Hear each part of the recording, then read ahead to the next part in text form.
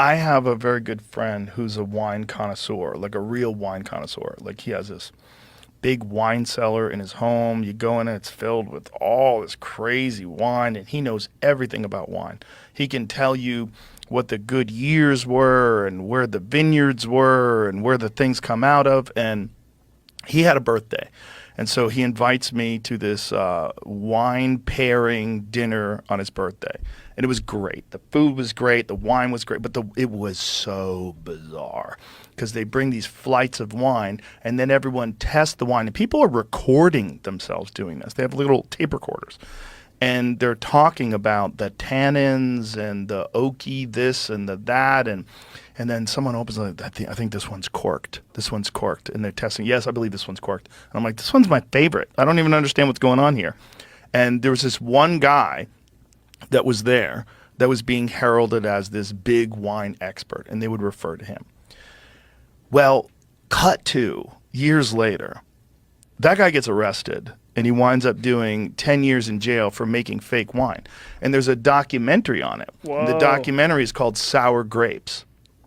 And it's an amazing documentary. I've seen it pop up now. I've got to watch it. It's very, very interesting because it plays on this very strange thing that people have to want the rarest, most unique thing. And what this guy did was he started buying wine. That was the first thing he did. He would go to these auctions. And, I don't know if you've ever seen any of those wine auctions, but they're super bizarre. Like people are spending ungodly amounts of money on wine, like ancient bottles and very rare bottles. And so this guy's buying all this wine. So he is established as this connoisseur.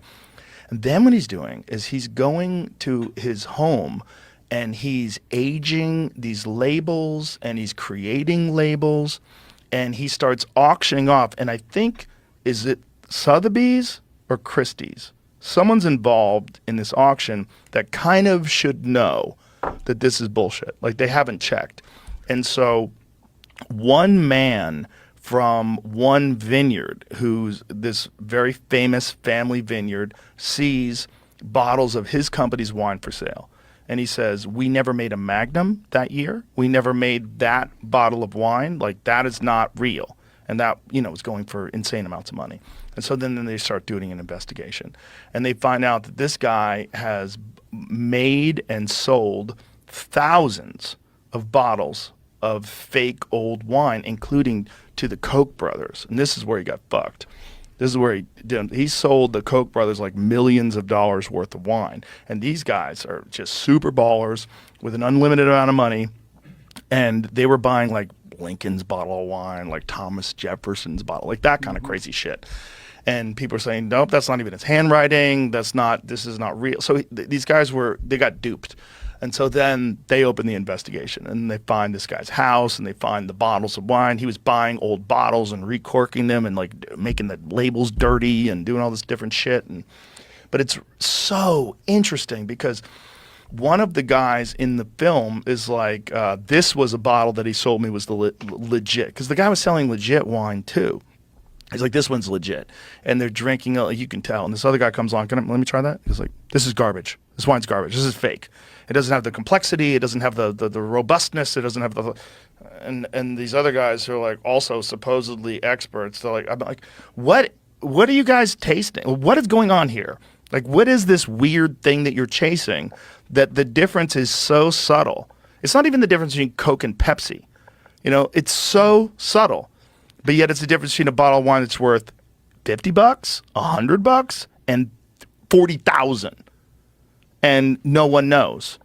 No one can tell. And this guy had, apparently, according to my friend, such a palate that he could experiment by taking these various much more inexpensive wines, combining them in very specific ratios, and recreate something that was very similar. And as long as you got it in this bottle, and as long as you looked at it, and it's like, oh, is it Bonjour Bourbon from 74? And you thought you were getting the real shit. And so then there's the placebo effect, right? You're tasting it and you're imagining it. This is rich, robust wine that very few people can appreciate. And then you're all appreciating this wine. Meanwhile, this guy's laughing his ass off because he made it in his fucking Century City house. I mean, he's like, it's fucking nuts. He's got it in the bathtub. Yeah, I mean, literally. See if you can get some clips out of that. And there was actually a study, and it was conducted, I think, at a university in France that has a good wine department. The researchers, they got a bottle that, was scored really high and a bottle that was scored low. And they got this group of students, and without them knowing, they switched the labels. Right? So the bad bottle has the nice label on it, and vice versa. Yeah. And they, served it out, and they had them talk about it and rate it and do all these things. And you know where I'm going with this. The students who think that the terrible bottle is good, they give it all this like, oh, it's got a deep blah, blah, blah. They're using all the tannins and all the word salad, And then with the bottle that was actually expensive and highly rated that they thought was bad, this is cat piss. And so expectations often, to your point about the placebo effect, they shape how you experience something as well. It's that world is so strange because the difference between a very good glass of wine and a good glass of wine is so big.